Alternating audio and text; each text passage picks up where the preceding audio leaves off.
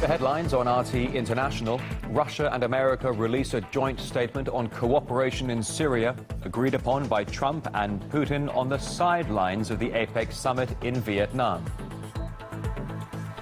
Riyadh's power play in the Middle East intensifies as Saudi Arabia drops more bombs on Yemen while also being accused of stirring up a war against Lebanon. CIA whistleblower John Kiriakou is removed from an EU Parliament panel at the last minute simply for co-hosting a radio show on Russian media outlet Sputnik. They feel like they can't even risk even a tangential association with the Russians or with anything Russian. And the U.S. military steps up its efforts to militarize space, splashing the cash on new orbital warfare capabilities.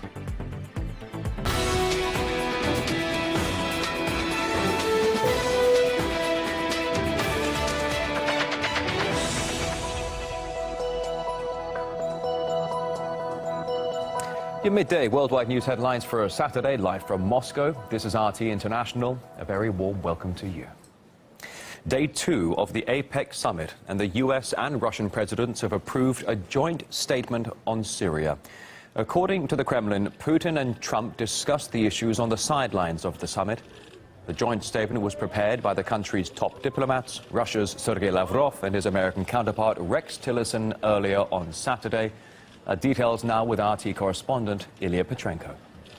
Despite the fact that a formal bilateral meeting between the presidents of Russia and the U.S., Vladimir Putin and Donald Trump, never took place, although they did shake hands and we saw them having a discussion while they were walking along the alley, somehow a joint statement on Syria from the two leaders came out. First of all, Vladimir Putin and Donald Trump have confirmed their determination to defeat Islamic State in Syria. Besides this, when it comes to the Syria peace process and efforts by the U.S. and Russian Air Force in the country, the two leaders have agreed to maintain current channels to ensure the safety of Russian and U.S. military in Syria and prevent dangerous incidents in the Syrian airspace.